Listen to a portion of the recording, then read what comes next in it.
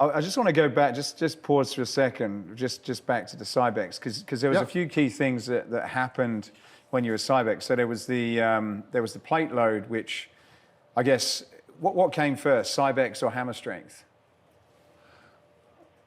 Well, hammer, I'm not sure how to answer that. Nautilus preceded everything. Really? I didn't know they did plate load. In the early 80s, Nautilus had a line of machines that were virtually identical to hammer machines. If you look through some of the old archives, you can see some of them. If you talk to Hillis, because Hillis used to be involved with Nautilus way back in the day. And I think, I may have this wrong, and I know Gary Jones, and you know, Gary's a smart guy, and I think I don't know how many they had, but I know Gary took those machines in the mid-'80s, something like that. And what those were he got a group together. I think there was like 7 people. There was Nick Orlando and a few other folks. I believe there was like 6 or 7 guys that all kind of were former Nautilus guys that got involved with the hammer formation. And the thing that they did, which was very clever and very unique for the time, and still is, those machines of the 1990 are still the same machines being sold today. But they were independent arms and converging or diverging patterns. People hadn't done that before, so that was very unique. But those were originally a Nautilus design. And Gary was Arthur's son? Yes. Okay. And Gary was perhaps the very first guy to bring computer-aided design, CAD design.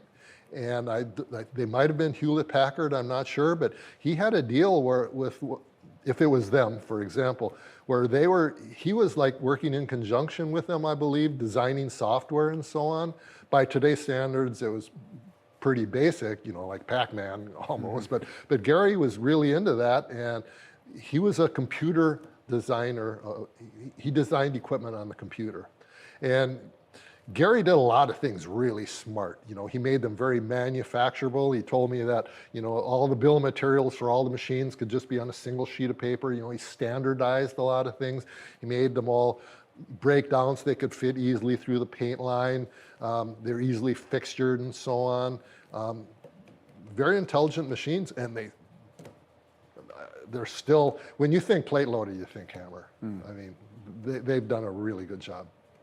So the Cybex kind of, that followed the Nautilus and hammer strength, or what was the period? Because I remember when the plate load came out from Cybex, because they also had, was there a regular plate load and then the VR2? Yes. Okay. Okay, now in the mid-'80s, in the time that I was gone, there's a guy named Carl Tolley, excuse me, that was an engineer there, and Carl is the guy that had invented the power blocks, the Intel bells.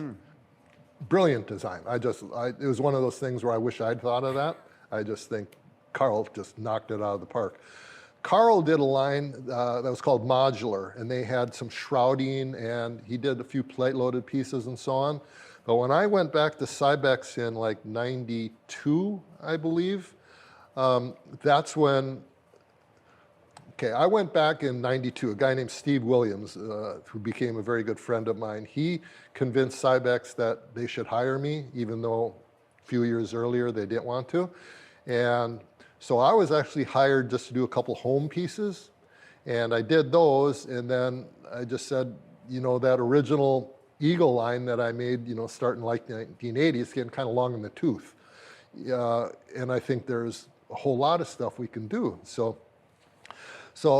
they said, what do you want to do? And I said, just leave me alone for a little bit, let me make some stuff. And so I made 2 or 3 prototypes of a line that was called VR, and I made 2 or 3 prototypes of a line that became VR2. And I said, which one do you want to do? And they brought in some, which they had never done before, they brought in 15 or 20 customers, and we decided we actually wanted to do both. And so did the VR line, did the VR2 line, did all the plate-loaded line, and did the weight stack line. And I did that with we set up a shop in Colorado Springs. The factory was in Owatonna, Minnesota, and from Minnesota, and I'm glad I was born and raised there, but I didn't want to live there anymore. And so I said, I want to live in the mountains again. So I set up a shop in Colorado Springs, and there was myself, one, sometimes two engineers, and 2 to 3 fabricators. And in a less than a 2-year period, we made the VR line, which was somewhere around 15 pieces. We did the VR2 line, somewhere around 20. We did a dozen or 15 plate loaded. We did a dozen or 15 free weight pieces. We made a thing called the hiker, which subsequently morphed into the arc trainer.